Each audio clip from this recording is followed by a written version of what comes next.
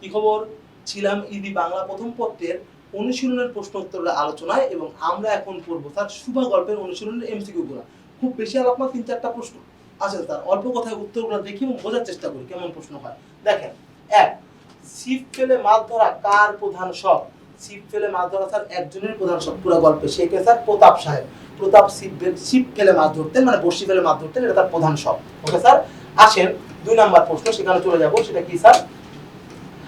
একটু ভালো করে খেয়াল করবেন। বাণীকণ্ঠের শুষ্ক কপলে, কপল কি স্যার? কপাল না পাগলা, কপালে কেমনে যাবে স্যার? কপল মানে গাল, ক্লিয়ার?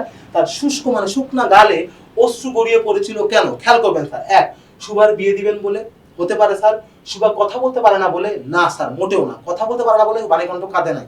সুভার বিয়ে ঠিক হওয়ার পরেই সে কান্নাকাটি করছিল মেয়েটির ভবিষ্যৎ ভেবে। হ্যাঁ স্যার, সেটাও বলা যায়। তারা কই নিয়ে যাবে, তারা কে একসেপ্ট করবে, এটাও একটা প্যারা। এইসব চিন্তায় বাণীকণ্ঠের শুষ্ক কপল মানে শুকনা গালে চোখের পানি পড়ছিল, মানে 2 এর উত্তর হবে খ। Clear sir? এর মূল উত্তর হবে খ। Very good sir. এবার আমরা চলে যাব 3 এ। একটু ভালো করে খেয়াল করেন, সেটা কি? প্রশ্নটা পড়ি। সেই ছোট্টবেলায় মর্জিনা একটি বিড়াল ও একটি কুকুর ছানা এনেছিল। Very good. নাম দিয়েছিল পুষি আর পুটু। আজ পুষি আর পুটু পুরোপুরি বড় হয়েছে, নাম ধরে ডাকলে মুহূর্তেই হাজির হয়। পুষি কোলে উঠে বসে, কিন্তু পুটু একটু দূরে দাঁড়িয়ে লেজ নাড়ায়। ক্লিয়ার? পুটু একটু দূরে দাঁড়িয়ে লেজটা নাড়ায়। Very good. মর্জিনার মধ্যে সুবার যে বৈশিষ্ট্য লক্ষণ তা ইতর প্রাণীর প্রতি আনুগত্য প্রকাশ। হ্যাঁ স্যার। একাকিত্বের সাথে ইতর প্রাণী। হ্যাঁ স্যার। দেখেন আমি চারটাই দেখাচ্ছি কেন? বোঝানোর জন্য, কারণ সবগুলো অপশন কাছাকাছি। এখন উত্তর দেই নাই। হ্যাঁ, একাকিত্বের সাথে বলা যায় ইতর প্রাণী।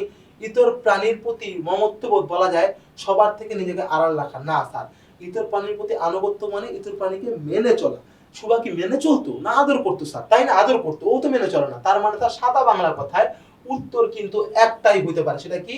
ইতর প্রাণীদের প্রতি প্রণলী লেখা স্যার, এটা ঠিক হয়ে যাবে। প্রাণী হবে স্যার প্রাণীদের প্রতি মমত্ববোধ, তাদের প্রতি ভালোবাসা, মমত্ব, সেই জায়গাটায় এখানে একটা মিল আছে। ওকে স্যার, পরিষ্কার। এবং তারপরে দেখেন স্যার 4 নাম্বার প্রশ্ন, সেখানে কি বলতেছে? উদ্দীপকের মূল ভাব শুভা গল্পের কোন বাক্যে প্রতিফলিত হয়েছে? খেয়াল করবেন।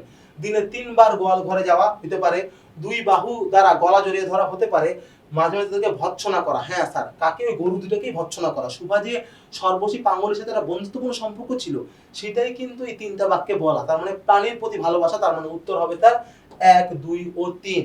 ওকে স্যার, এই ছিল আমাদের অনুশীলনের এমসিকিউ। কথা আর বাড়াবোই না, আমরা চলে যাবো অনুশীলনী সৃজনশীলে। আপনারা ভালো থাকেন, জিজ্ঞাসা থাকলে কমেন্টে করবেন। আল্লাহ হাফেজ।